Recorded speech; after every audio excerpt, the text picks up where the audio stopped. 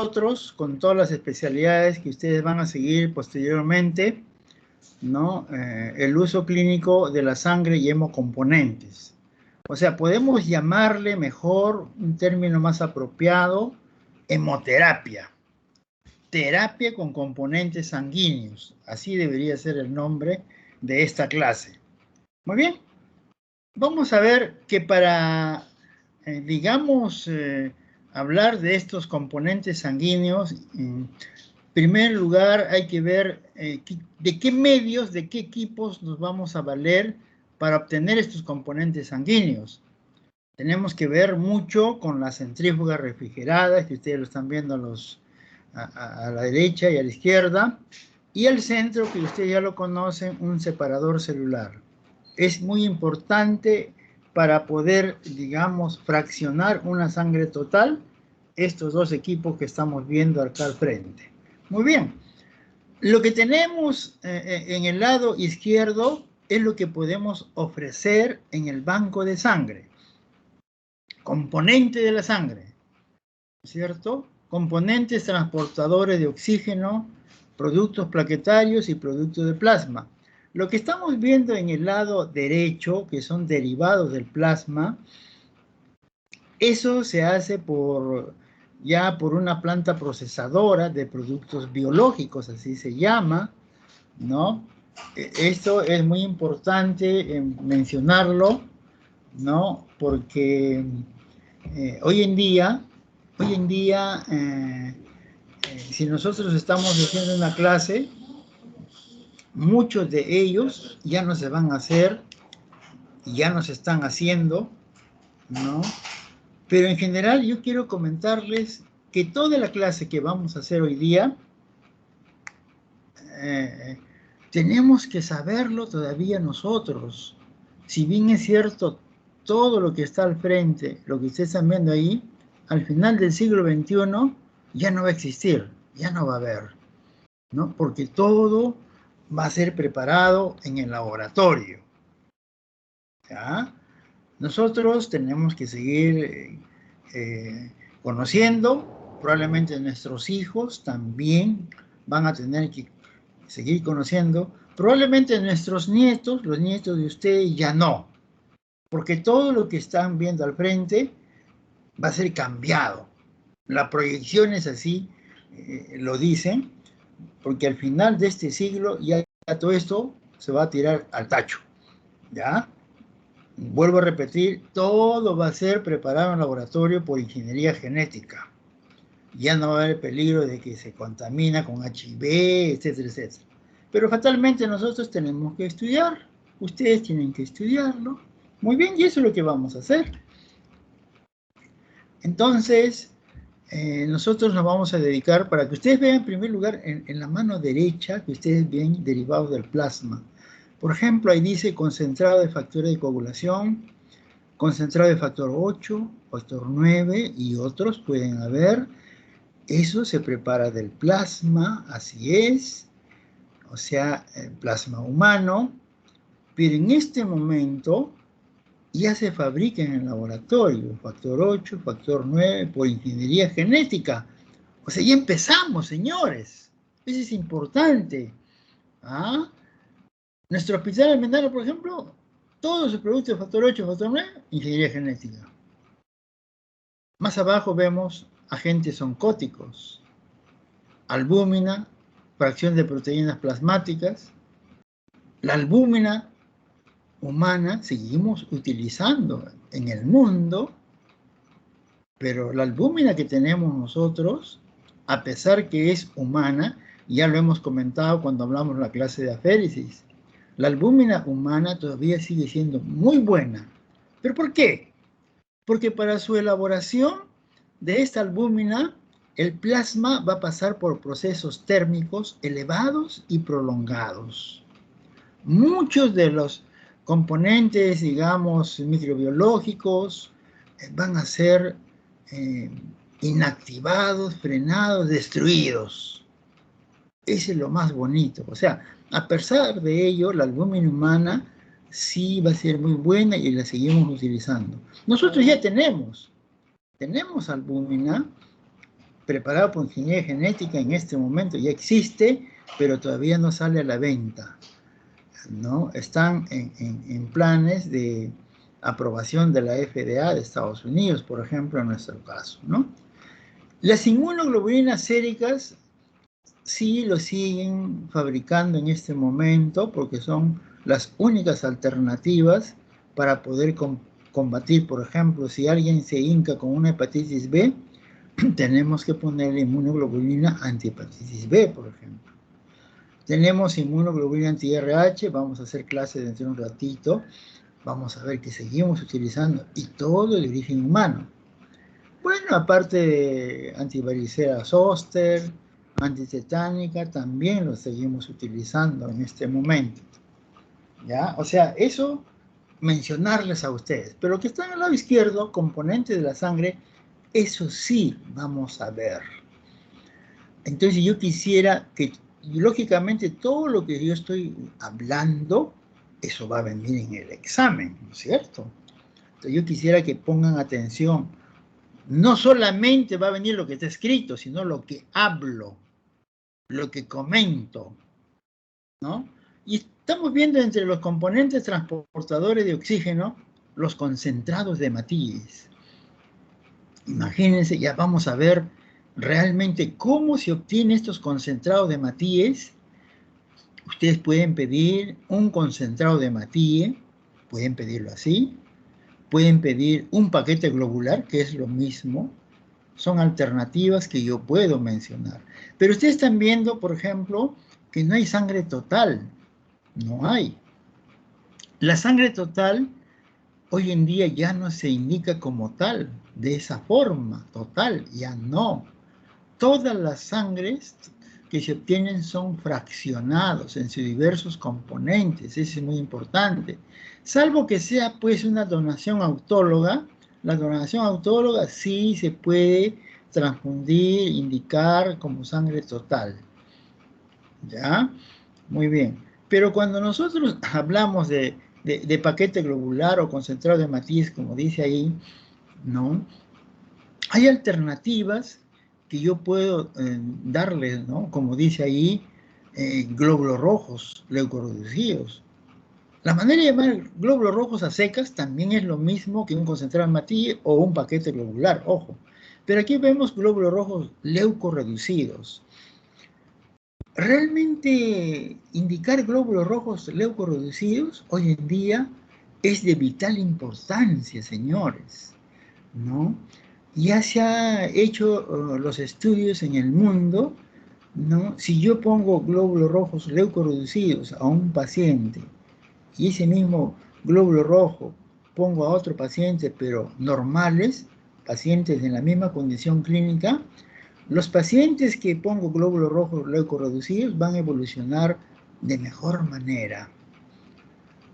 Ya se van a complicar menos si han sido operados, si tienen alguna enfermedad, etc.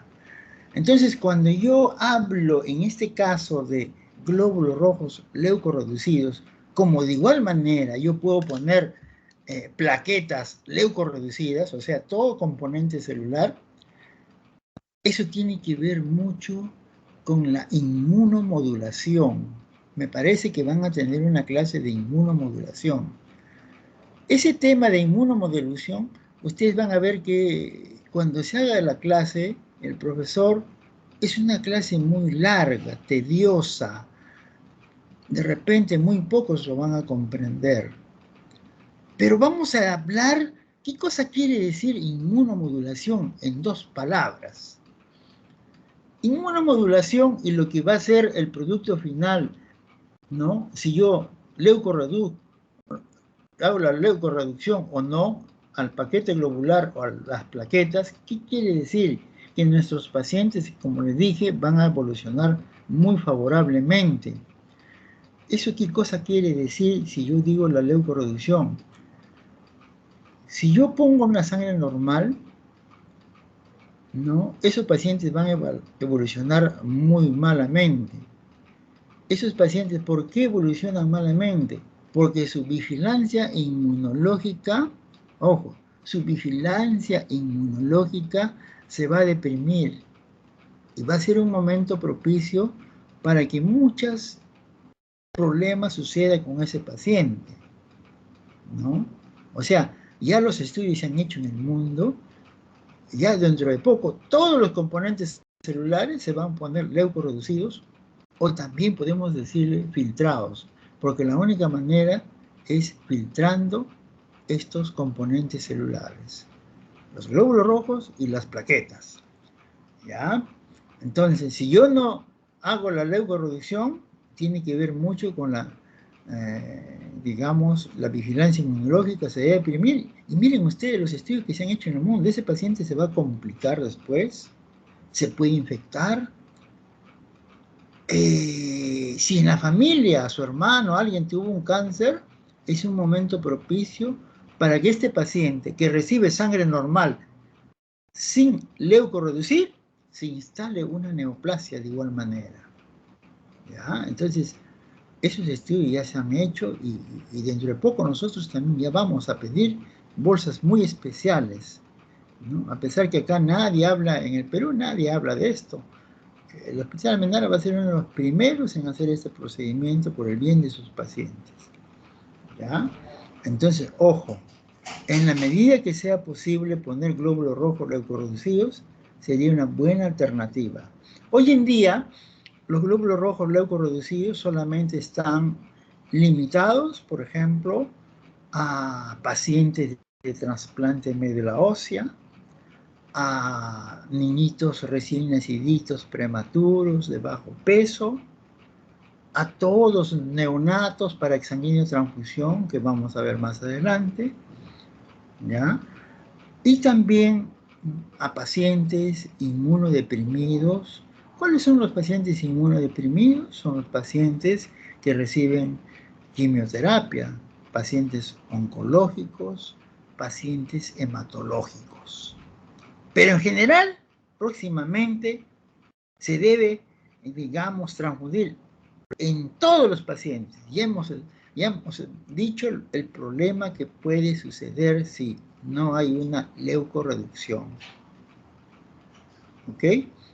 Entonces, ojo, no podemos hablar otro término, por ejemplo, en algunos libros todavía dice glóbulos rojos desleucocitados.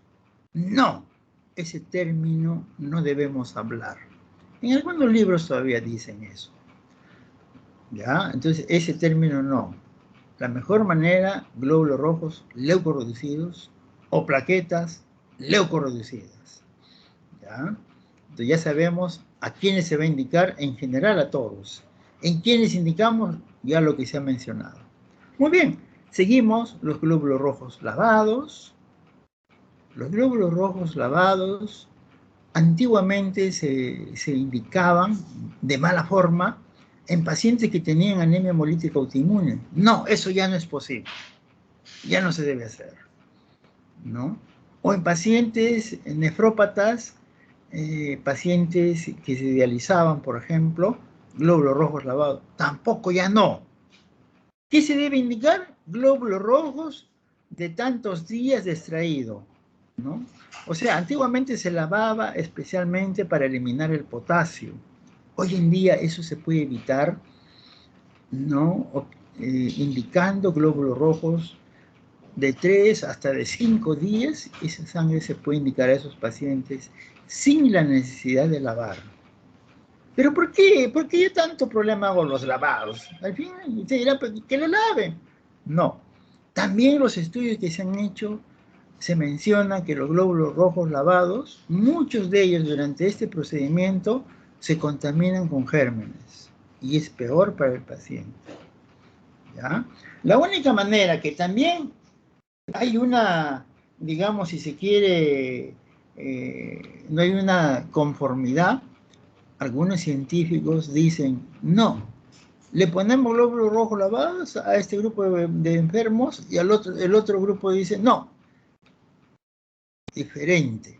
Entonces, especialmente lo que hemos tenido esa clase en la hemoglobinuria paroxística nocturna, con test de Ham positivo, ¿no es cierto? Ellos dicen que debe ser lavado, pero hay otro grupo que dice, no, no hay necesidad de lavar, por ese hecho que estamos hablando, ¿no? Pero nosotros acá en la Almenara sí somos respetuosos, si tenemos ese tipo de pacientes, lavamos. O sea, realmente ya los glóbulos rojos lavados al final van a desaparecer, ¿ok? Muy bien, seguimos. Todas estas cosas yo les puedo preguntar en el examen. Ojo, estarán apuntando, estarán, digamos, captando la idea, ¿no es cierto? Los glóbulos rojos irradiados, ¿para qué se irradian?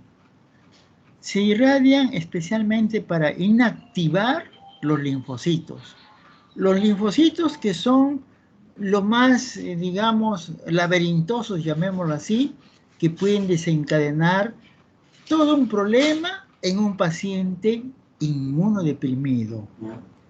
O sea, te puede dar al final lo que llamamos nosotros una patología que se llama enfermedad injerto contra el huésped. O sea, se irradian para evitar enfermedad injerto contra el huésped en pacientes inmunodeprimidos. Esa es la indicación de glóbulos rojos irradiados. ¿En quiénes podemos dar? Lógicamente, en pacientes de trasplante médula. ¿En quiénes más podemos dar? En los niñitos de bajo peso, prematuro, los neonatos en general, deberíamos poner glóbulos rojos irradiados. Y también, lógicamente, en pacientes oncológicos, hematológicos, que están recibiendo quimioterápicos. Ojo, generalmente, si esos pacientes no se irradian, pueden provocar la enfermedad injerto contra el huésped, y si se le da esa enfermedad, esa patología a los pacientes, lo más probable es que se mueran.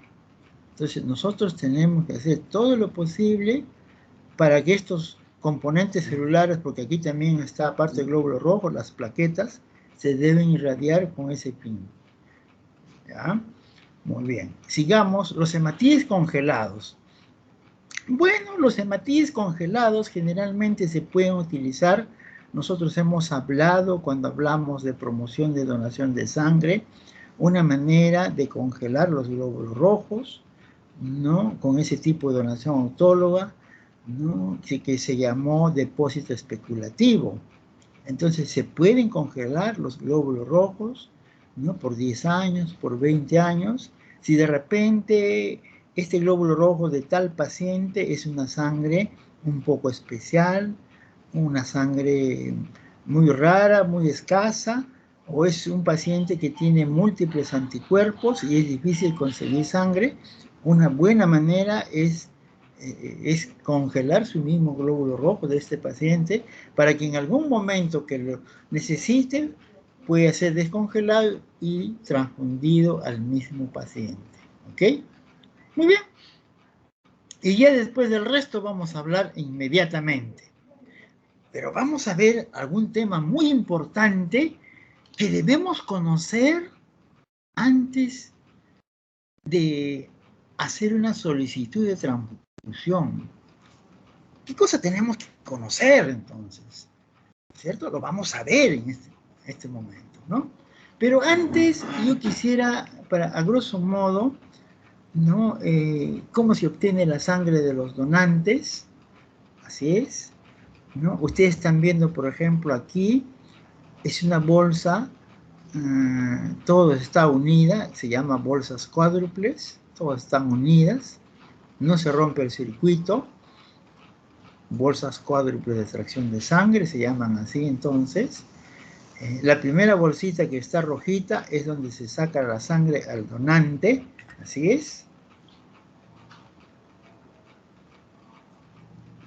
Entonces, tenemos un sistema de bolsas de plástico para la extracción, ¿no? Son bolsas plástico, son flexibles, ustedes lo conocen. Antiguamente no había esto. Antiguamente se sacaba en frascos de vidrio. No se podía fraccionar, lógicamente. Esto es una maravilla para hacer el fraccionamiento. Entonces, en la primera bolsa, la bolsa mamá, digámoslo así, ahí se obtiene la sangre total, ¿no es cierto? Eso es lo que se saca común y corriente en todos nuestros donantes, ¿no? Muy bien. Entonces, en esta bolsa de sangre total que ustedes lo están viendo, lógicamente esto tiene anticoagulantes, tiene conservadores y se puede almacenar, guardar, conservar, ¿no es cierto?, de 4 a 6 grados centígrados, ¿no?, en una refrigeradora especial, ¿no?, dependiendo del tipo de bolsa, puede ser por 5 semanas, por 6 semanas, etcétera, ¿no?, dependiendo del tipo de bolsas que hoy tenemos en el mercado. ¿Así es? Y miren ustedes, si esa bolsa de sangre que hemos visto hace un momentito, yo hago una centrifugación suave, lógicamente esto por la centrífuga refrigerada que hemos visto en la primera diapositiva, miren ustedes qué cosa se va a formar de acuerdo a la centrifugación, de acuerdo a su densidad, de acuerdo a su peso específico, se van a separar lo que ustedes están viendo ahí en la figurita, ¿no? Lógicamente el más pesado son los glóbulos rojos, los hematíes, ahí se van a ir los hematíes. Un poquito más al intermedio vamos a tener plaquetas y glóbulos blancos, y más en el sobrenadante plasma.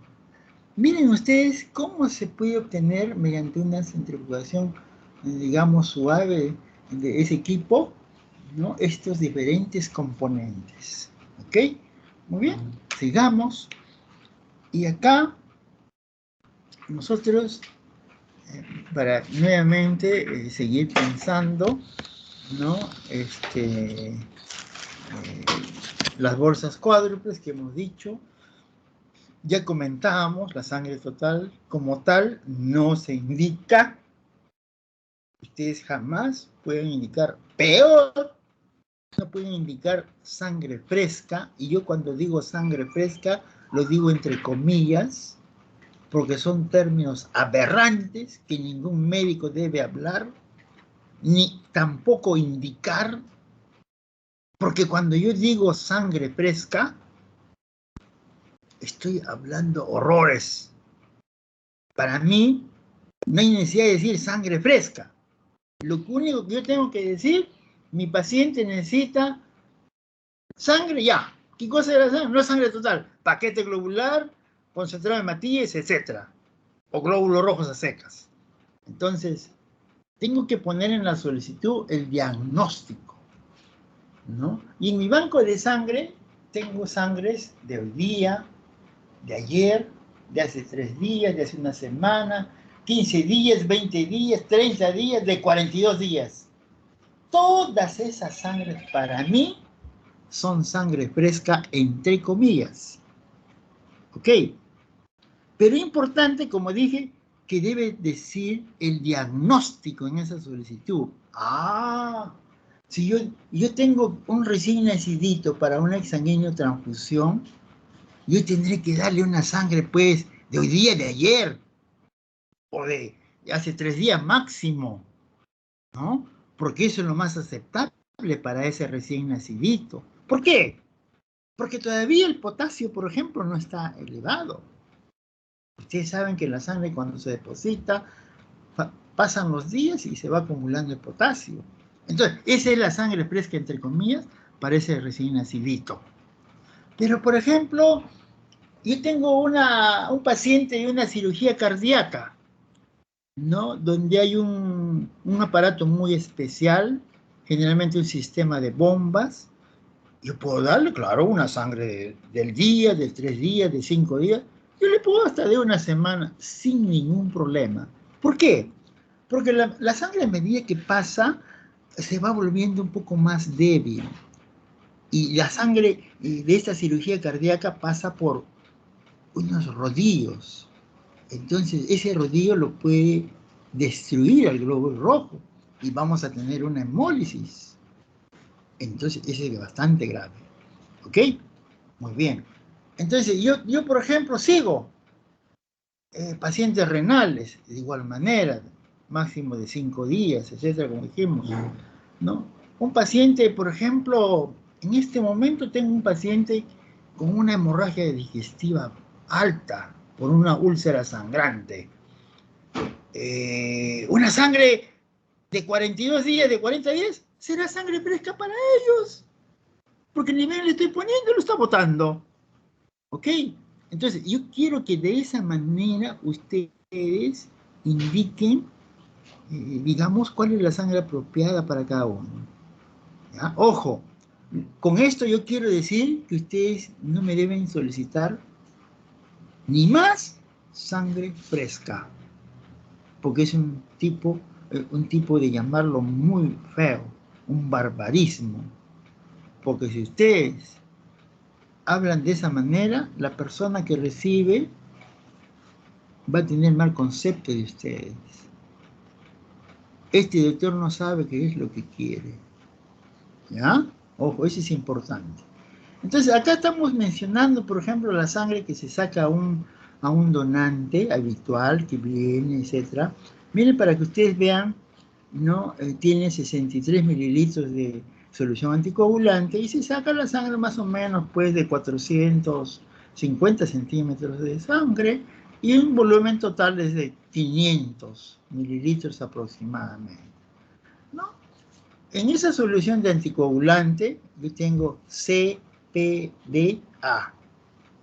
citrato, fosfato, dextrosa y adenina. El citrato nosotros sabemos que sirve para la coagulación de la sangre, ¿no? De esa manera se va a coagular la sangre que estoy extrayendo, el citrato va a actuar ahí, quelando el calcio. Luego tenemos la P de fosfato. El fosfato sirve pues para mantener el 2,3, digamos, el 2,3-difosfoglicerato, que es muy importante para llevar el oxígeno a los tejidos. ¿Ok? Y la dextrosa y la adenina, muy importante para el metabolismo celular. O sea, todo está ahí, señores. ¿Ah? Muy bien. Sigamos. Entonces, como ya dijimos, esa sangre total, después de una centrifugación suave, vamos a obtener, ¿no? Una parte, el sobrenadante, que es el plasma rico en plaquetas, que ya se pasó a la otra bolsa y se ha quedado el concentrado de Matías, aproximadamente 300 centímetros cúbicos, ¿no? Ese plasma rico en plaquetas vamos a seguir procesando. Muy bien, este concentrado de Matías, que es de 300 mililitros, se puede guardar, ¿no? 35 días a 4 grados, de 4 a 6 grados. Se puede guardar 42 días dependiendo del tipo de bolsa anticoagulante, etc. Pero nosotros vamos a seguir procesando, porque esta es una centrifugación suave que se ha hecho en la centrífuga refrigerada. Hemos obtenido en la bolsa adyacente plasma rico en plaquetas. Muy bien, tenemos arriba el plasma rico en plaquetas. Esa bolsita lo voy a seguir centrifugando, ¿no es cierto? Pero ya diferente, a una centrifugación más rápida y un poquito mayor de tiempo. Eso tiene sus parámetros ya establecidos, los controles de calidad que se han hecho, cuál es su velocidad y cuál es su tiempo adecuado. Cada centrífuga tiene parámetros de esa manera para obtener un componente óptimo, ¿no es cierto? Y al final de esa centrifugación, estamos viendo en la figura de abajo, miren lo que va a quedar, un concentrado de plaquetas cuyo volumen final debe ser de 50 mililitros, ¿no es cierto? Y el sobrenadante se va a pasar a otra bolsa, que lógicamente es un plasma pobre en plaquetas, o un plasma a secas, ¿no es cierto? O sea, acuérdense, tenemos 300 del hematí que fue del anterior paso, tenemos acá plasma rico en plaquetas 200, se ha centrifugado, se ha quedado 50 mililitros de concentrado de plaquetas y el sobrenadante, que es aproximadamente 150, que es, como dijimos, el plasma pobre en plaquetas. Ese concentrado de plaquetas lo podemos almacenar, guardar, ¿no? Conservación por 5 días a 22 grados centígrados, porque ese es su medio, su almacenaje. y en movimiento continuo. ¿Por qué en movimiento continuo? Porque esa bolsa donde se está almacenando las plaquetas son bolsas semipermeables para que permita una buena oxigenación a las plaquetas. Esa es la intención, que en ese movimiento todas las plaquetas puedan chocar con las paredes de la bolsa y poder respirar. Y así se van a mantener en óptimas condiciones. Esa es la intención, porque si ustedes van a los bancos de sangre van a encontrar la plaquetita que están bailando, ¿no es cierto? Se están balanceando y esa es la intención, ¿no? Y a 22 grados centígrados, que es la temperatura ambiente, ¿no? De 22 a 24 grados centígrados, que es la temperatura ambiente que se deben almacenar estas plaquetas. El plasma pobre en plaquetas o plasma simple podemos seguir procesando, ¿cierto? Muy bien. Entonces, ese plasma que estamos hablando, plasma pobre en plaquetas, yo al final puedo dejarlo como tal. ¿Y qué cosa se llama eso como tal?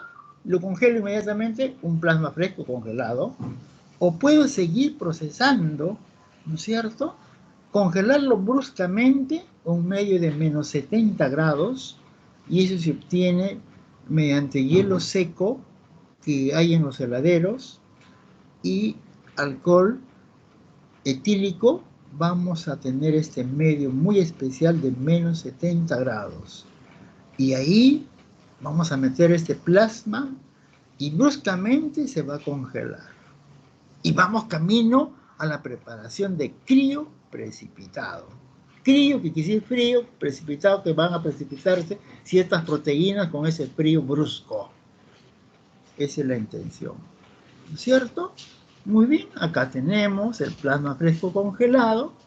Lógicamente se ha separado dentro de 6 horas y se ha congelado, ¿no? Ya sabemos que tiene un volumen aproximadamente de 200. Si yo no he preparado plaquetas, puedo tener 200 o puedo tener 150 si he preparado plaquetas. Ya sabemos que el plasma fresco congelado tiene todos los factores de coagulación. Una parte muy importante que no debemos olvidar. Es el único componente que tiene factor 5, señores. ¿Por qué? Porque el factor 5 es lábil y no se va a encontrar en otros componentes. Puede ser pregunta de examen. Lógicamente que este plasma también se puede conservar, ¿no? Hasta 12 meses a menos 20 grados centígrados, ¿no? Pero generalmente estos plasmas pues vuelan en todos los bancos de sangre. Como hace un momentito decíamos que las plaquetas hasta 5 días, ¿se puede guardar 5 días? Claro que sí.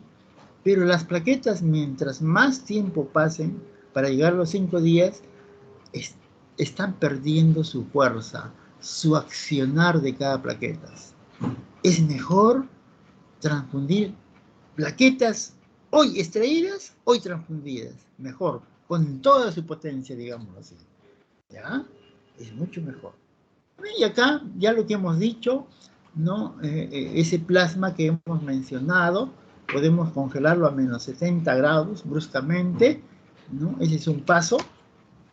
Una vez que lo congelo bruscamente, lo saco ya como piedra y lo voy a descongelar a 4 grados centígrados. De 4 a 6 grados centígrados, lentamente, por 12 horas aproximadamente, se van a descongelar lentamente y al día siguiente vamos a tener ya todo deshecho, todo ya casi como si fuera un adoquín que se está destruyendo, y vamos a tener un plasma y nuevamente eso lo vamos a centrifugar, y al centrifugar vamos a tener un producto final, ¿no es cierto? El crío precipitado que ustedes están viendo ahí en la flecha, unas formaciones algodonosas, ¿no? Blanquecinas. Ese es el crío precipitado. Entonces, eso en un volumen de 10 centímetros, ¿no es cierto? Lo voy a obtener y el resto del sobrenadante paso a la bolsa siguiente. Pero este crioprecipitado, como dice, tiene los siguientes componentes, ¿no? Tiene factor 1, fibrinógeno, tiene factor 8, tiene factor 13 y tiene también fibronectina. Se puede almacenar también por 12 meses a menos 30 grados centígrados. Nosotros podemos indicar, la dosificación puede ser un concentrado de crioprecipitado cada 10 kilos de peso. Y la siguiente bolsita que dice plasma simple o residual, realmente ese plasma como tal ya no lo utilizamos. Ese plasma generalmente lo eliminamos, ¿no? ¿Pero por qué lo eliminamos? Porque hay muchos colegas que tienen la mala indicación, ¿no? De decir, dame plasma simple o plasma residual, porque el paciente no recibe nada por vía oral. Entonces, quieren dar este plasma simple o residual como un alimento. Y eso no es cierto.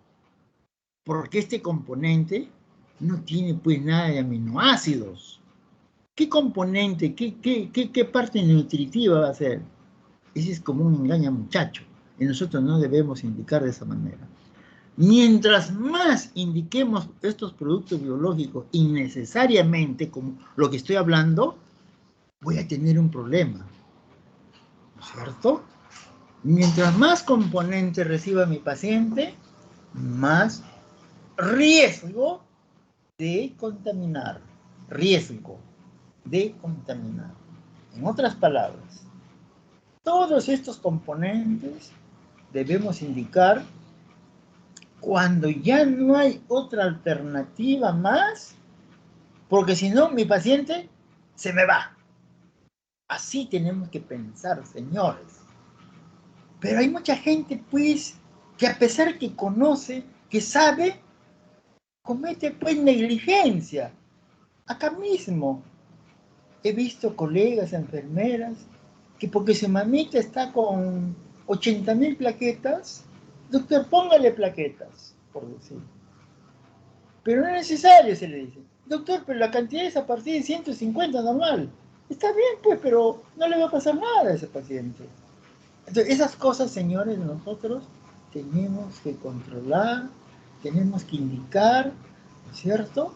Entonces, eso es importante. Si no, vamos a tener muchos problemas. Y si usted receta, indica, cuando no está lo precisado como tal, bueno, pues ustedes se verán con la justicia. Entonces, ahora, el que indica de mala forma, se va adentro. Tienen que tener mucho cuidado. En ese aspecto hay que ser cuidadosos. Y aquí algunas cosas que también tenemos que conocer, ¿no es cierto? Lógicamente, si comparamos antiguamente la sangre total, era pues más diluida. El paquete globular, bueno, pues es, como dicen, es un poco más denso, o algo parecido a la melcocha que llamaban así nuestros antepasados, más grumoso, etcétera. Entonces, como la gente se había acostumbrado ya a transfundir algo líquido, fluido, entonces algunos preferirían, ¿no? Especialmente los anestesiólogos en sala de operaciones, diluirlo con solución salina. Pero yo sinceramente no lo recomiendo, por favor. No los recomiendo. Porque por ahí dicen, si le ha puesto salina, también podemos ponerle dextrosa. Y ponen dextrosa y va a formar grumos, puede llegar a problemas fatales al paciente. Entonces la cosa avanza, avanza y llegan a otras cosas. Por eso la indicación es mejor olvidarnos de agregar algo a la bolsa de sangre. Nada.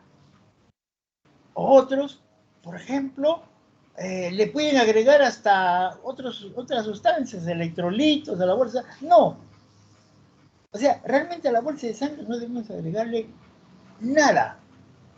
O sea, ponerle calcio a la bolsa, ¿qué cosa va a hacer? Lo va a coagular, pues, con problemas del paciente. Entonces, eso tenemos que cuidar, señores. Por favor, les pido que no agreguen nada a la bolsa de sangre. ¿No? Bueno, y aquí está la bolsa de sangre total, después de una centrifugación suave, para que ustedes vean, miren, ve cómo ustedes están viendo que el potasio va aumentando a una semana, como a una semana los hidrogeniones aumentan, disminuye el pH, los factores de coagulación, y hemos dicho, en primer lugar, el factor 5 es el que va a desaparecer más rápidamente, después desaparecerá el factor 8, ¿no es cierto? Esa es la manera como se van a obtener, ¿no? Las plaquetas son no funcionales en horas, si es que está refrigerada peor, ¿no? Los leucocitos de igual manera, y de los eritrocitos hay una reducción gradual de su función, como ya lo hemos mencionado, ¿no? Lo que hemos hablado del 2,3-difosfoglicerato, etcétera, etcétera, ¿no? Aquí, miren ustedes, para ver cuál es la compatibilidad cuando yo indico plasma. Por ejemplo, en el lado izquierdo tenemos grupos sanguíneos de los pacientes o receptores. Y si mi paciente es grupo O, yo le puedo dar el plasma de cualquier grupo. ¿Ok? De cualquier grupo. Si mi paciente fuera... ¿Por qué de cualquier grupo? ¿Ah? Porque nosotros sabemos que un sujeto de grupo O tiene anti-B. Yo le puedo dar todos los plasmas que hay. No hay problema. En el caso de un paciente de grupo A, lógicamente tengo que darle su mismo grupo A. Y también le puedo dar el grupo AB. El grupo A, AB es muy escaso y no tiene ningún anticuerpo. O sea, va a ser un poco difícil darle su mismo grupo. Igual el grupo B, darle el grupo B y después el grupo A. AB, que son muy poquitos, ¿no es cierto? Y finalmente, eso sí, si mi paciente es de grupo AB, tengo que tratar de conseguirle el grupo AB. Pero nosotros que manejamos banco de sangre, nosotros no nos hacemos problemas. Cuando el paciente necesita pocas cantidades y no encontramos el grupo, nosotros no nos hacemos problemas. Eso se va a diluir en todo el organismo y no vamos a tener problemas. Entonces nosotros, como los que trabajamos en banco de sangre, podemos hacer un título de sus anti-A, anti-B antes y seguir haciendo esa monitorización cuando reciben algunos componentes que no son de los grupos indicados, como estamos viendo acá. Eso no es problema, ¿no? Y ojo, no hay que hablar, mi paciente necesita plasma de grupo A positivo, porque en el plasma no hay RH. Ya hemos dicho que el RH solamente está en los glóbulos rojos. El sistema BO, ya dijimos, está en los glóbulos rojos, en todas las secreciones, etcétera, etcétera, etcétera. Dijimos, menos el sistema BO no está en el sistema nervioso. ¿Ok? Eso lo hemos hablado en las clases anteriores. Y esos son conceptos que ustedes nunca deben olvidar. ¿Ok? Muy bien. ¿Cuál es el volumen de una unidad de sangre? Ya sabemos que el volumen de sangre, de una sangre total, es 500. Así es. El volumen de un concentrado de hematí, lo hemos visto, es 300. Muy bien. ¿Cuál será el volumen de hematíes o de paquete globular? 200 de una sangre total. Hematíes puros, ¿ah? Hematíes puros. ¿Cuál será el volumen de plasma? Aproximadamente puede ser 300. Y ese 300 prácticamente se quedan en el despacho de plasma, se quedan 200 y 100 se va al concentrado de hematíes, porque el concentrado de hematíes finalmente va a ser de 300 centímetros cúbicos, como dice en la parte de arriba. Así es, ¿no? O sea, hematíes puros va a haber 200. El volumen de plasma en el hematí va a haber 100, ahí está. En la sangre total, lógicamente va a haber 300.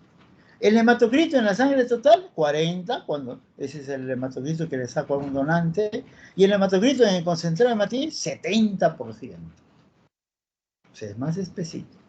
O sea, esto también debe quedar bien claro, especialmente para los colegas que pueden hacer un balance hídrico, ¿no? Es importante, los anestesiólogos, lógicamente, ¿no? En general, todos debemos saber esto. Y miren, señores, yo les voy a decir que tomen atención lo que vamos a hablar enseguida. Antes de transfundir un componente biológico, señores, tienen que aprender esto. El que no sepa esto, lo jalo de año. Ojo, estoy hablando bien claro. Y este es un tema muy importante que todos tenemos que conocer. Tenemos que conocer antes de indicar una transfusión, cualquier transfusión que sea. El primer principio que debemos conocer dice que se debe identificar la causa de esa deficiencia. Ajá, miren, ve qué interesante. Si, por ejemplo, viene a la emergencia un paciente con una hemorragia digestiva alta, ¿no es cierto? Yo tengo que decir, ¿por qué está sangrando? ¿De dónde está sangrando? ¿Será una variz esofágica?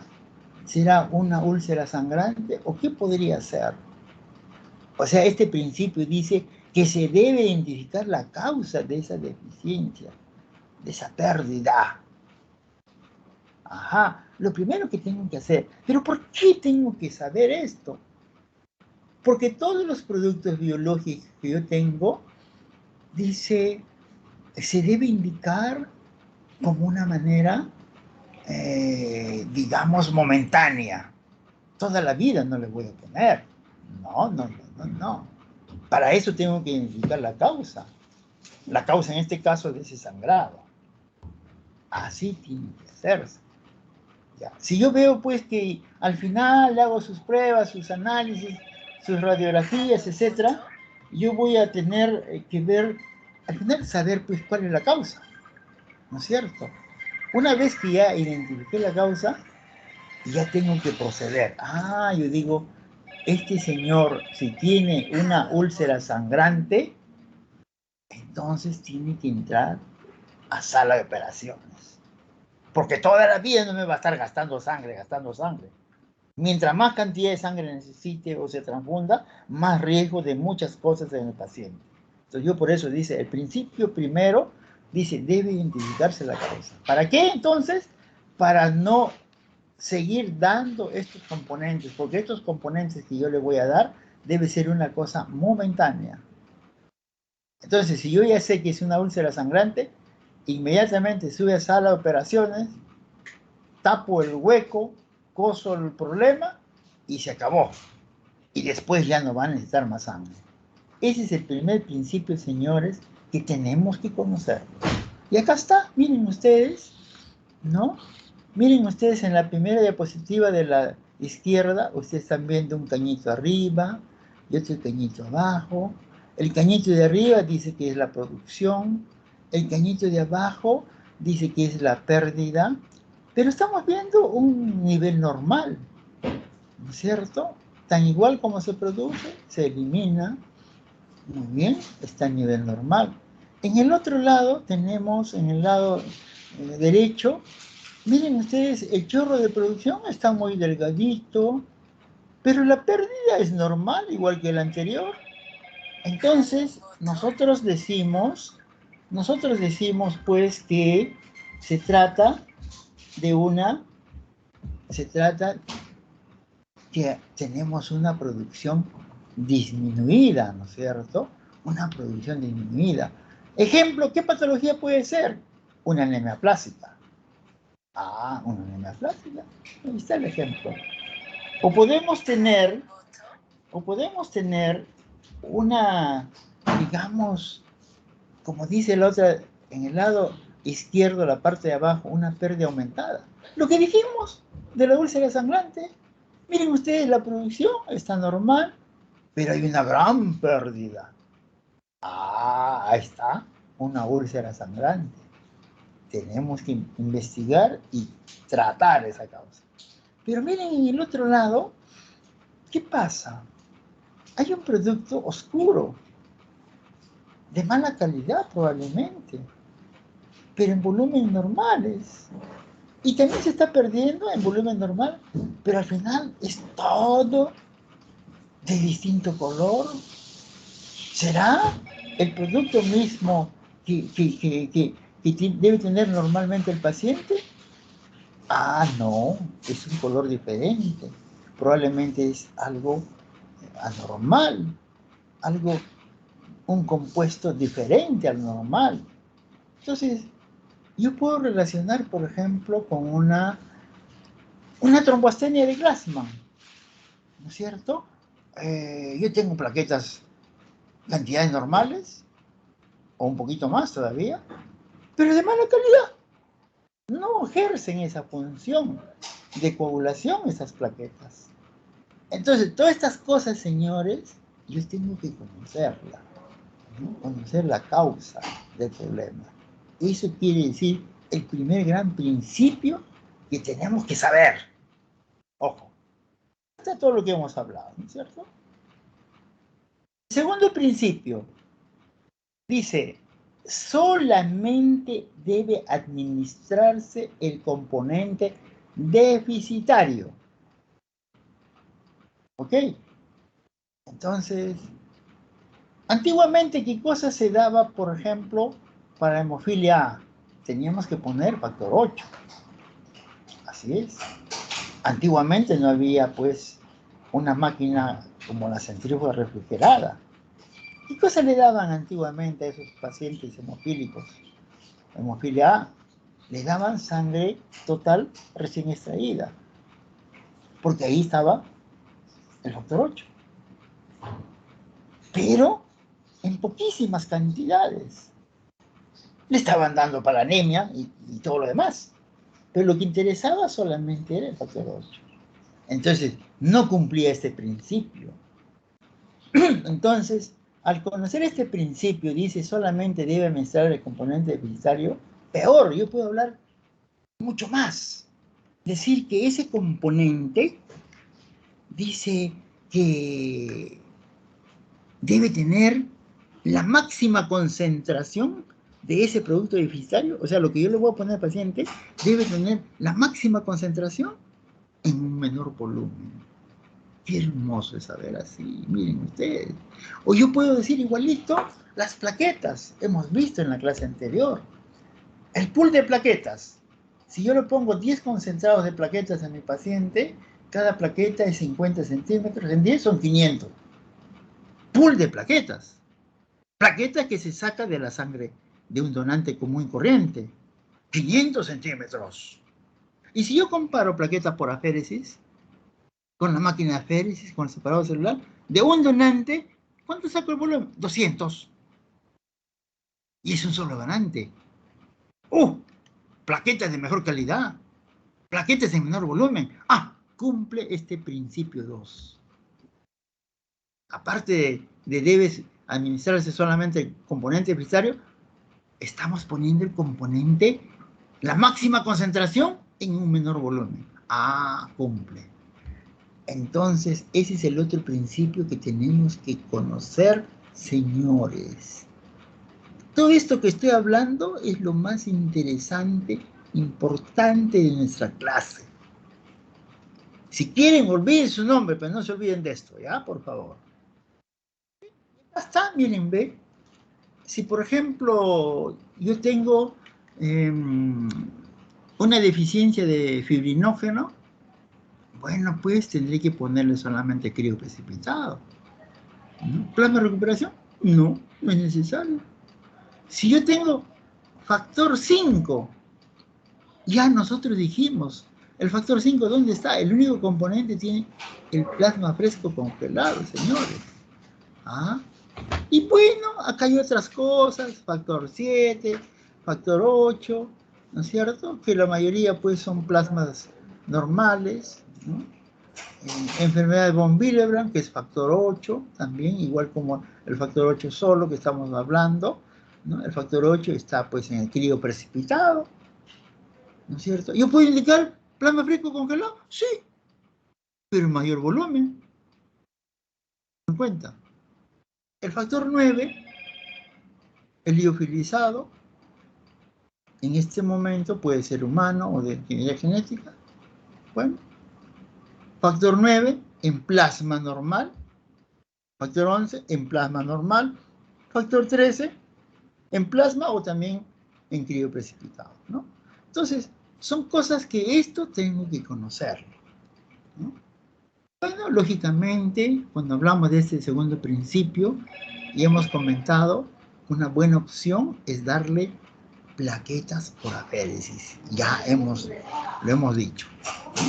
Las plaquetas por aféresis o aféresis productiva que se saca de un donante, como dice ahí, un solo donador equivale a 10 o más donadores en una sesión, ¿no es cierto?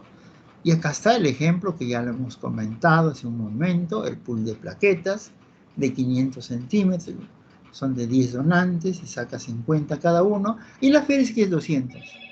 Lógicamente, yo tengo que preferir las aféresis porque eso está cumpliendo la máxima concentración en un menor volumen si yo comparo con el pool que es de 500.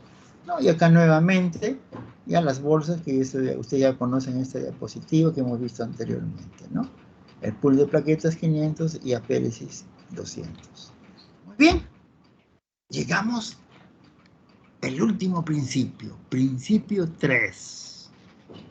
Ajá, debe haber la máxima seguridad. Miren ustedes, yo estoy hablando de la máxima seguridad. Yo no estoy diciendo, debe haber la seguridad.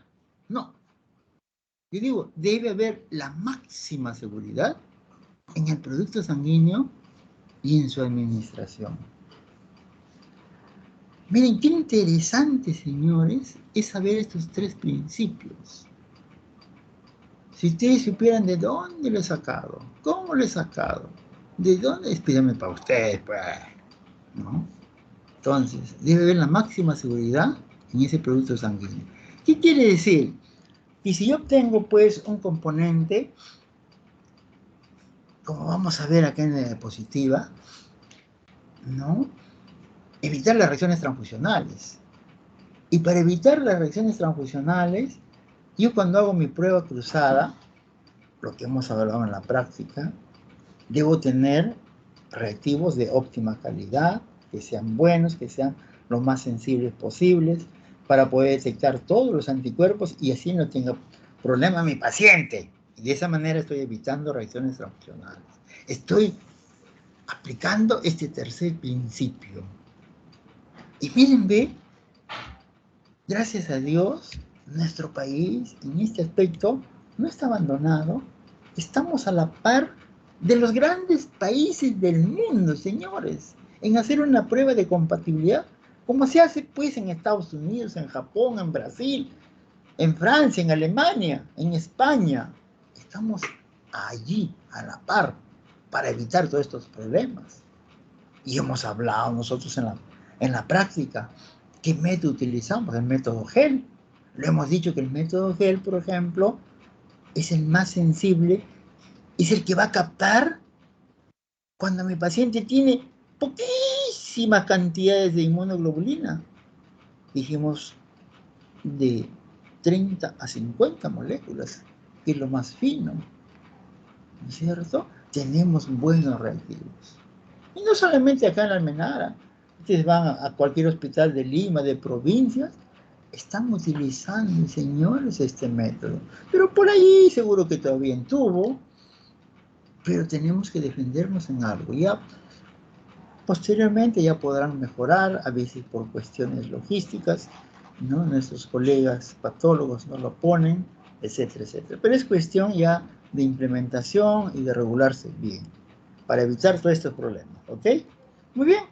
Y miren ustedes, también ustedes han visto ese sistema de bolsas en circuito cerrado, ¿no? De esa manera se va a evitar la transmisión de infecciones, infecciones bacterianas, lógicamente, pero no solamente el sistema de bolsas, ¿no? Aparte que es un sistema cerrado, la técnica de antisepsia, cuando yo voy a sacar esa sangre de la vena de ese donante, ¿no?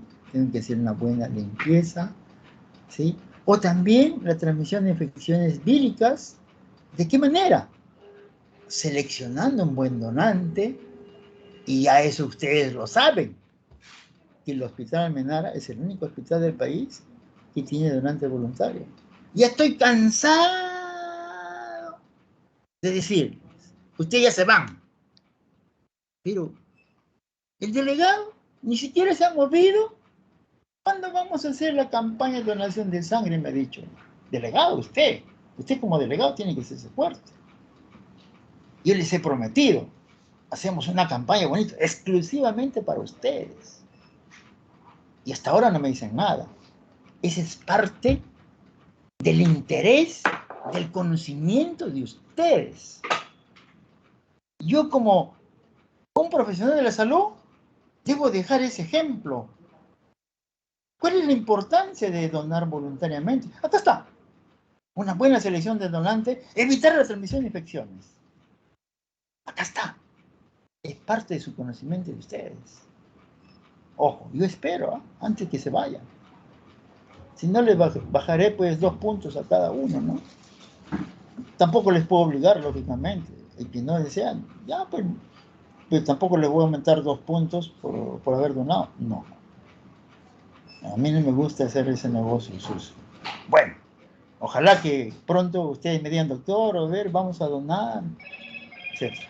En la otra parte que dice acá, estudio inmunoserológico, miren, ve, estudio de ELISA, ahora hacemos quimioluminiscencia, son estudios mucho más específicos, un poco más sensibles, la quimioluminiscencia,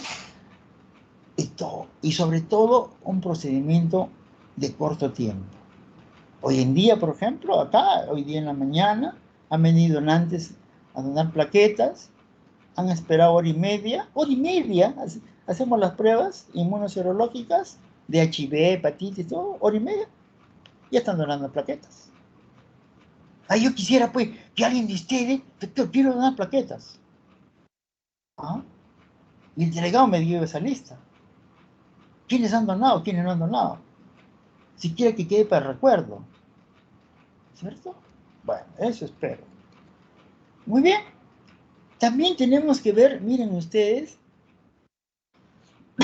lo que ya hemos comentado, ese periodo de ventana, ¿no es cierto?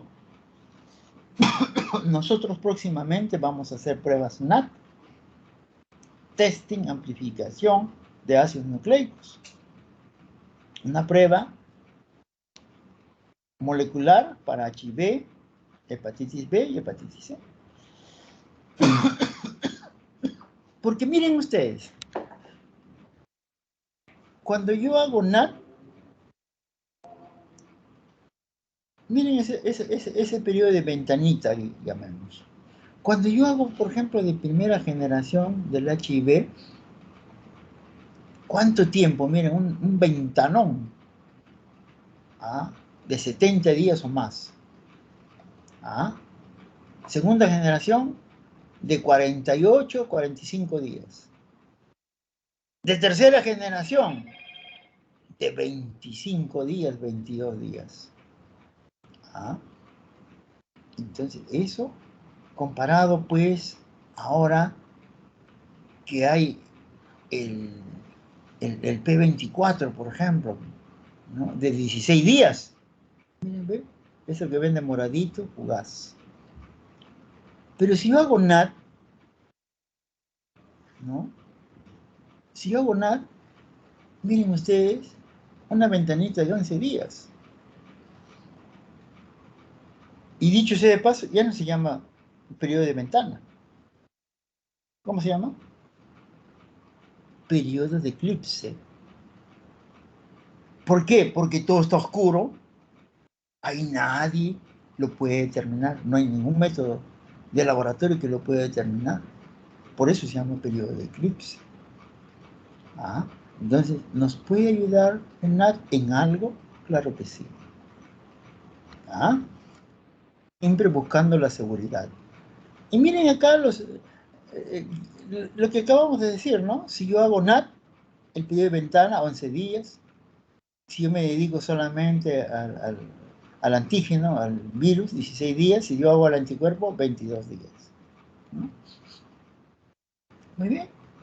Y miren ustedes, ya hemos comentado, de primera generación, se puede captar de acá a 150 días, segunda generación 80 días, tercera generación 70 días, ¿no? Y lógicamente el NAT a 11 días va a ser muy bueno, ¿no es cierto?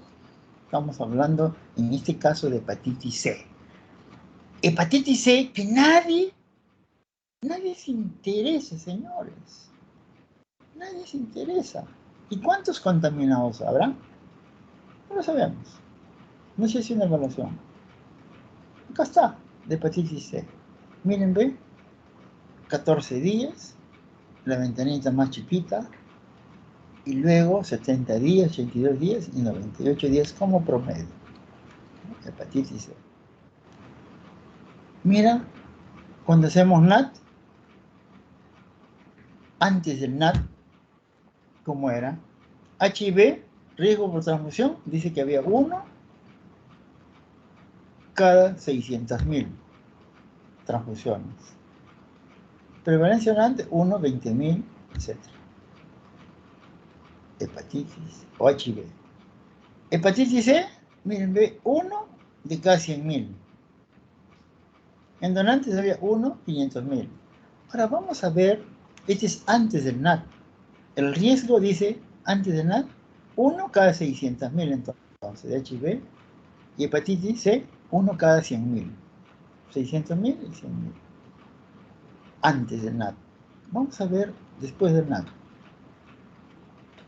Después del NAT. HIV, menos de 1 por 1.000.000. O sea, el riesgo disminuido. ¿Cuánto será de hepatitis C? Igual, menos de 1 por 1.000.000. O sea, realmente es bueno. Ojalá ya el ministerio está chequeando para hacer estas pruebas. Todavía no nos vienen, no nos dicen acá, etc. O sea, eso tenemos que poner ya, en este año tenemos que hacerlo. NAT, como se hace en Estados Unidos. Y ustedes ven acá, miren esa curva roja, ¿no? Los gastos que representaron desde el año 1985, que apareció las pruebas de HIV, y después aparecieron HTLV, etcétera, etcétera, hepatitis C, ¿cierto? Y ya después de 2002, nada. Eso estamos viendo en rojito. Y la parte verde que ustedes ven por encima, ya se habla pues de la leucorreducción, lo que estamos viendo. Las bolsas, que les digo que eso van a ser leucorreducidas, van a ser bolsas especiales que al donante está donando sangre y ahí inmediatamente antes de llegar a la bolsa va a pasar por el filtro y va a llegar sin leucocitos a la bolsa originaria. Representan gastos. O sea, realmente todo lo que se procesa en el banco de sangre tiene su costo. Y si yo quiero conservar, dar un buen procedimiento y que no le pase nada a mi paciente, lógicamente, fatalmente tengo que gastar. ¿Hasta qué? Hasta que todos estos productos biológicos se fabriquen en el laboratorio. De esa manera ya no vamos a tener riesgo de contaminar, pero tampoco sabremos cuánto costará, ¿no es cierto? Ya hemos dicho que todo esto que estamos hablando en el siglo, al final del siglo XXI, ya no va a ser necesario. Y dentro de este mismo principio, como dije, debe tener la máxima seguridad y en su administración tenemos que tener mucho cuidado cuando transfundimos especialmente a los niñitos y a los ancianos, porque ambos son igualitos, ¿no? Tenemos que evitar la sobrecarga de líquidos, podemos producir edema pulmonar, etcétera, edema de miembros inferiores desde ya, lógicamente, pero hay que cuidar el edema pulmonar que pueden causar más en estas personas. Muy bien, y vamos a hablar lo que teníamos que hablar después. Y estos componentes ya hemos hablado hace un rato. El plasma fresco congelado, sabemos que tiene 90% de agua, claro, de 7 a 8% de proteínas que contiene albúmina, globulina y factores de coagulación, un 2% de carbohidratos y lípidos, hay un pequeño porcentaje de productos de desgaste metabólico, cristaloides, hormonas, vitaminas, ¿no? Contiene además elementos solubles del sistema de coagulación, sistema fibrinolítico, inhibidores naturales como antihistamina 3. Eso es lo más importante. O sea, el plasma fresco yo voy a indicar especialmente para corregir factores de coagulación. Eso es lo más importante, ¿no? Las indicaciones, lógicamente, paciente con déficit de múltiples factores de coagulación, para ello sirve. Pacientes con déficit congénito de factor 5, ya hemos dicho que es el único componente que tiene factor 5. Casos en que se desconoce la deficiencia y hay sangramiento, podemos utilizarlo. Indicaciones de C y D, pero esa indicación primero hay que conocer la causa, muy importante del C y D, y tratar, primero tratar el C y D, antes de dar ese plasma. Pacientes sometidos a repetidas plasmaféresis, eso generalmente nosotros ya tenemos mucho cuidado, lo hacemos dejando un día, no hay ningún problema.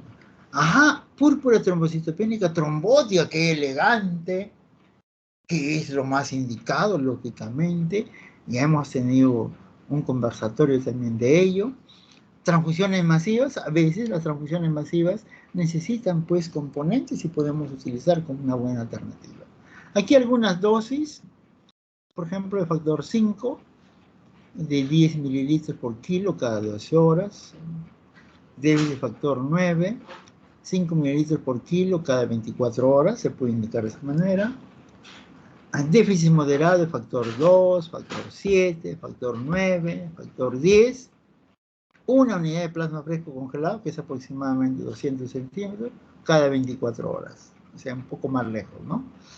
Déficit de factor 13, una unidad de plasma fresco congelado, o sea, 200, cada semana. O sea, de esa manera podríamos tratar, ¿no?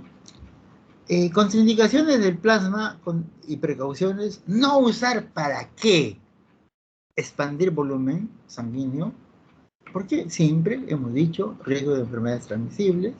La alternativa, lógicamente, bueno, va a ser albúmina, especialmente albúmina, el resto no me interesa, ¿no? Administrar proteínas en pacientes deficitarios nutricionales, lo que dije, qué horror, no se debe poner, ya hemos dicho. O también no usar como profiláctico postoperatorio de una cirugía cardiovascular o transfusión masiva, de ninguna manera. ¿Ah? Entonces, realmente todo este componente se puede presentar también en ellos reacciones alérgicas o anafilaxia, así es, ¿no? Pueden empezar con un simple rash y terminar en una anafilaxia. Y lógicamente, el riesgo de enfermedades transmisibles. Por esos motivos no se debe indicar el plasma, ¿no? El plasma simple lo voy a pasar de lado porque eso ya no se debe utilizar, ya no debemos utilizar. El crío precipitado, sí, que se llama también factor antihemofílico, proteínas de alto peso molecular que precipitan por el frío, ¿no? El precipitado, que es un color blanco, ya sabemos que su nombre de crío precipitado va a precipitar a ciertas proteínas mediante el frío, esa es la acción. Contiene cada unidad factor 8 con actividad procoagulante de ese factor 8, ¿no es cierto? Que contiene de 80 a 100 unidades, ¿no es cierto? El factor von Willebrand de 40 a 70% del plasma inicial. El fibrinógeno 250 miligramos, o sea, estamos hablando de cada unidad de este crío precipitado. Factor 13, miren, ve, tiene factor 13, 20 a 30% de plasma inicial, y tiene una cosa más agregada a la fibronectina. La fibronectina, que se dice que puede combatir infecciones diversas, tiene una propiedad muy especial, ¿no? Y cada día le están dando más importancia. Indicaciones de este crío precipitado, hemofilia A. Hoy en día ya prácticamente ya no se utiliza para la hemofilia A.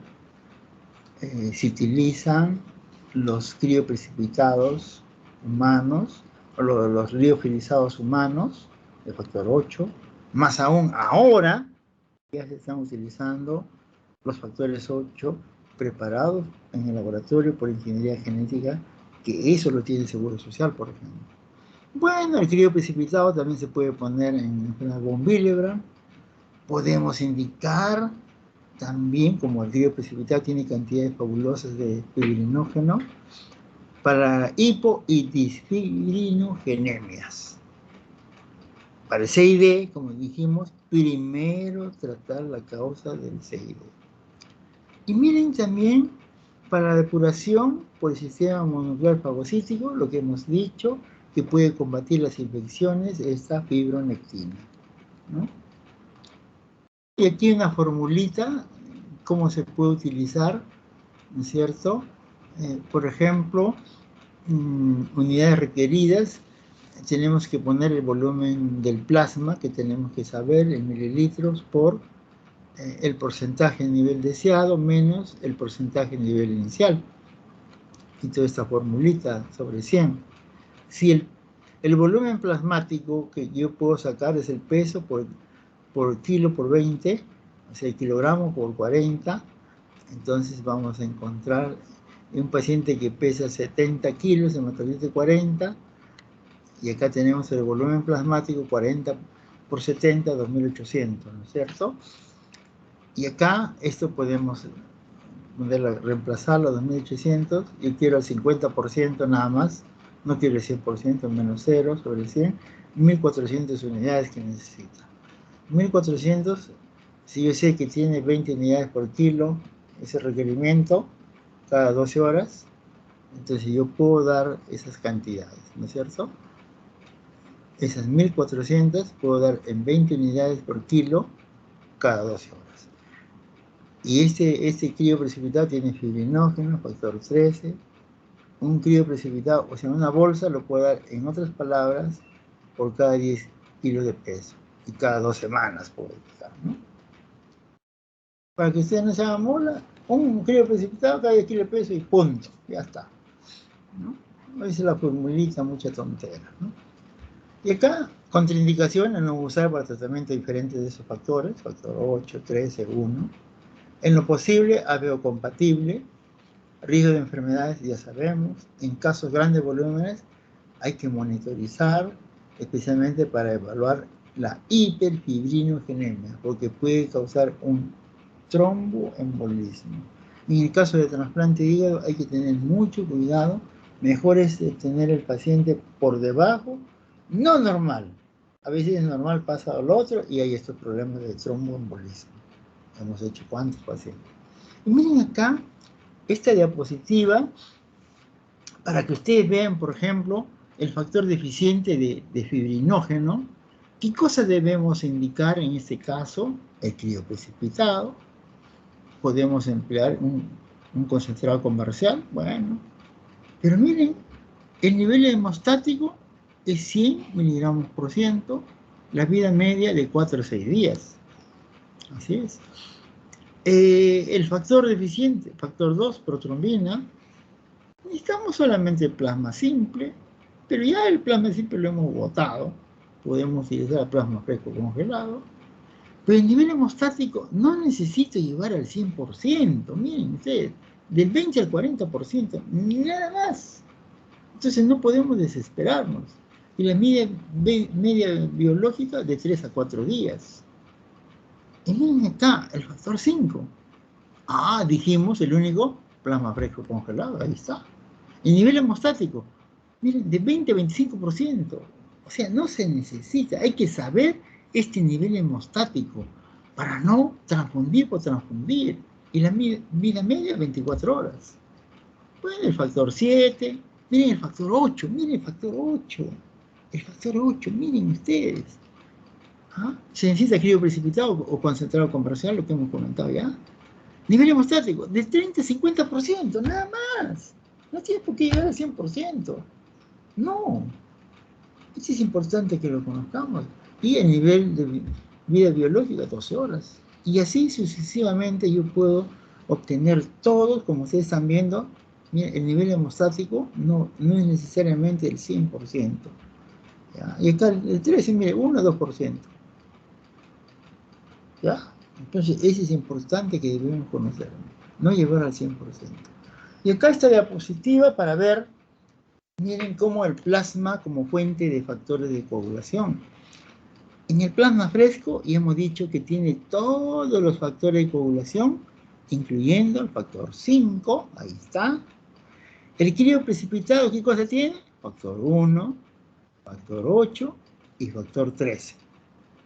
Y tiene fibronectina. Importante para los procesos infecciosos. Muy bien. El plasma residual, si nosotros evaluamos el plasma residual, tendrá pues todo lo que no está arriba, ¿no? La diferencia, ¿no es cierto? Acá nos tiene, acá tiene, acá no tiene porque el factor 8 está pues en el crío, ¿no es cierto? Acá sí tiene. Mire, el factor 5, ¿dónde está? No está ni arriba ni abajo. Se evaporó, porque es el agua. Durante el proceso se ha evaporado, pues. Solamente está en el plasma fresco congelado, ¿no? Entonces, las plaquetas, ya hemos dicho, no se debe indicar como plasma rico en plaquetas, sino concentrado de plaquetas. En lo posible, nosotros tenemos que evitar dar plaquetas, pool de plaquetas. Ustedes saben que en Japón ya está prohibido desde el año 74 indicar plaquetas, pool de plaquetas. Todo es aféresis en Japón, ¿no? Bueno, esto es para obtener las plaquetas, que lo más importante es el riesgo de hemorragia, ¿no? Miren ustedes, mientras menos cantidad de plaquetas tenga mi paciente, lógicamente vamos a tener hemorragias graves, ¿no es cierto? Eso va a ir mejorando y podemos tener con un mayor recuento de plaquetas pequeñas hemorragias. Entonces, esto es importante, ¿no? Miren cómo a medida, el riesgo es bajo acá, lógicamente, están más de 100.000, elevado a este nivel, ¿cierto? Mientras menos cantidad tenga, hay más riesgo de hemorragia, ¿cierto? Y acá una señora que ya ustedes también lo conocen, y se le hizo trasplante de médula ósea, se sacó la misma médula ósea de la paciente, se transfundió su médula ósea y ahora está recibiendo plaquetas de un donante familiar. Entonces, en transfusión de plaquetas siempre tengo que poner en una balanza riesgos, beneficios. Eso es muy importante. ¿Qué riesgo tenemos? La inmunización, la formación de anticuerpos. Y con ello se puede acompañar las infecciones diversas y, lógicamente, como es un producto que tiene plasma, reacciones alérgicas pueden haber. Los beneficios de las plaquetas, sabemos pues que detienen la hemorragia. Solamente deberíamos indicar cuando detiene la hemorragia. El otro punto, previene la hemorragia. ¿De una manera profiláctica? No, no deberíamos indicar. O sea, decir, por si acaso ponle plaquetas que puede sangrar, no se debe indicar de esa manera. Ya ustedes lo conocen, esta máquina de aféresis, que es una de las mejores máquinas en el mundo de plaquetaféresis, ¿no? Ustedes ya lo conocen, así es. Esta máquina saca plaquetas chicas y medianas y grandes. Es la única máquina que saca plaquetas grandes. ¿Y qué cosas son las plaquetas grandes? Son las plaquetas más jóvenes, que esas plaquetas grandes, si recibe mi paciente, va a ser de mucho beneficio para ese paciente. Va a durar más tiempo en ese organismo. Por eso esta máquina es la única máquina en el mundo que saca plaquetas chicas, medianas y grandes. Las grandes son plaquetas más jóvenes, mayor beneficio para quien las recibe, ¿no? Todas las máquinas de aferis que existen en el mercado solamente sacan plaquetas chicas y medianas.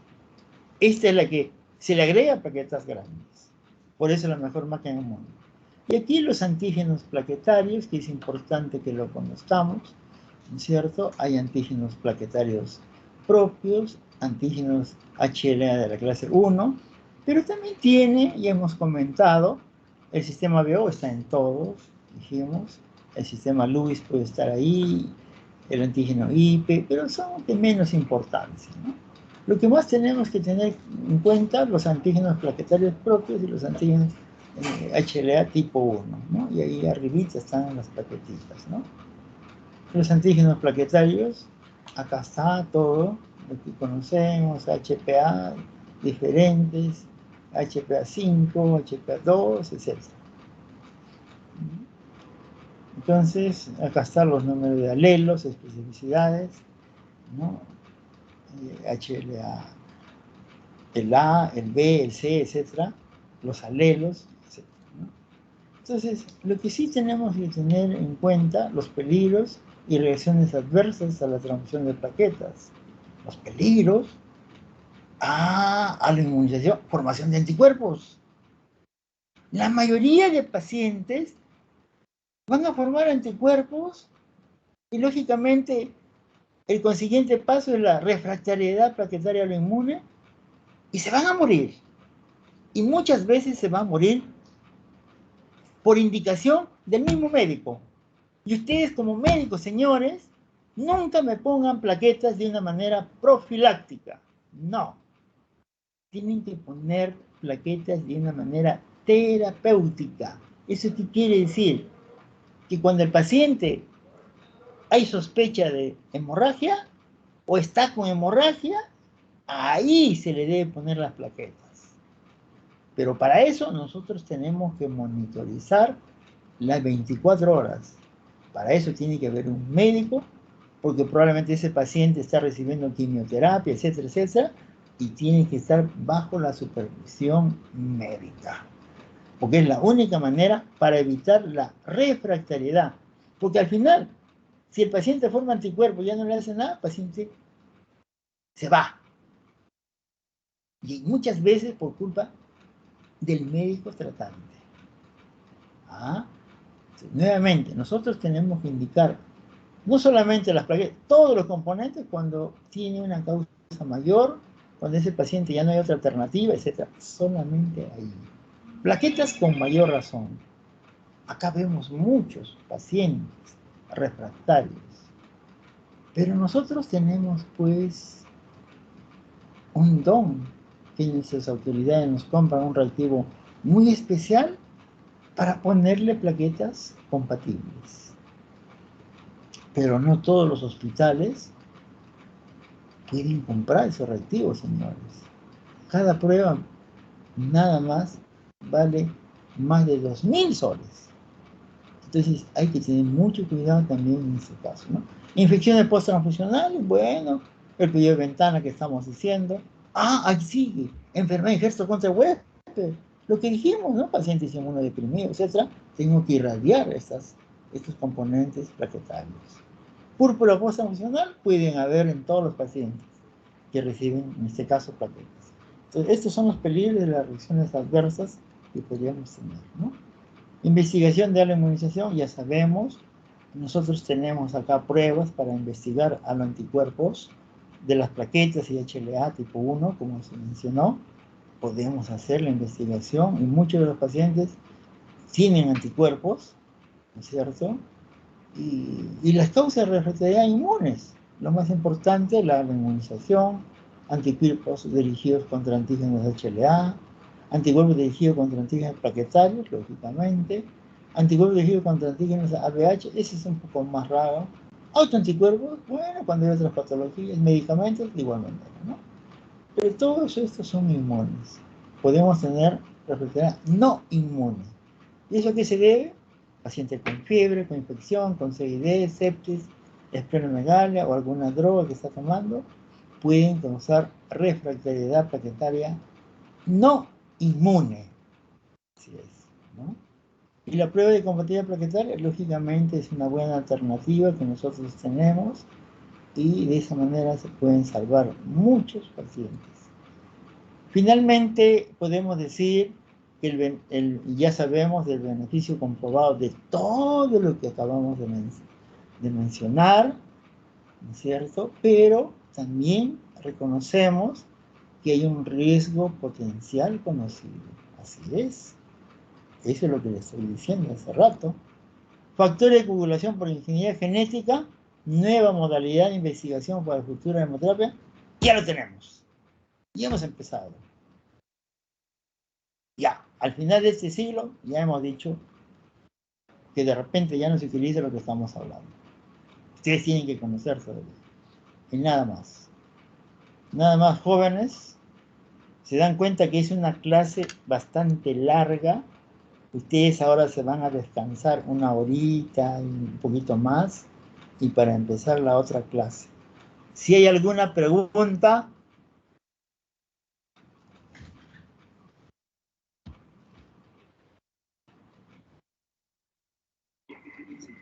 Doctor, buenas tardes. ¿Cómo estás? Sí, cuando hablaba usted sobre el principio 1, que debemos identificar la causa de la deficiencia, Así es. mostró una imagen de los 4 caños. Y un cuarto cañito creo que mencionó un ejemplo de tromboastenia de...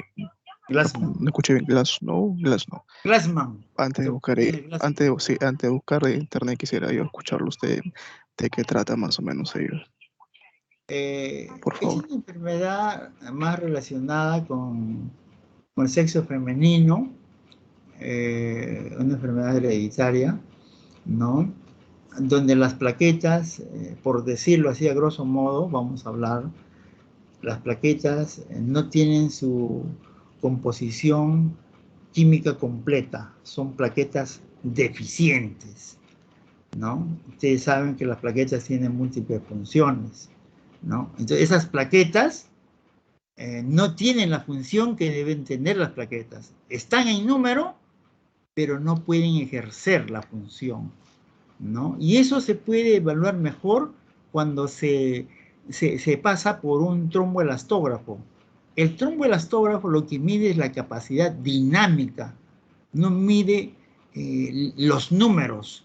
En cambio, nosotros estamos acostumbrados al recuento, ¿no? Entonces, pero no a su funcionabilidad. Entonces, esa es la diferencia. Pero, o sea, en trombastenia de Glassman puede haber, como dice la figurita, está lleno de valores, cantidades normales, pero de una manera deficiente. No es la plaqueta común y corriente, están de mala calidad, en otras palabras. Y eso no va a hacer efecto, no va a ser, digamos, si yo tengo 400.000 plaquetas, por decir, pero de mala calidad, eso no va a ser posible. A veces, estos pacientes hay que hacerle un recambio plasmático. Hay que sacarle esas plaquetas malas y después ponerle las plaquetas de banco de sangre para que puedan operarse, por ejemplo, de una cirugía cardíaca, ¿no? Entonces, de esa manera es la manera como se debe tratar estos pacientes. Muchas gracias, doctor.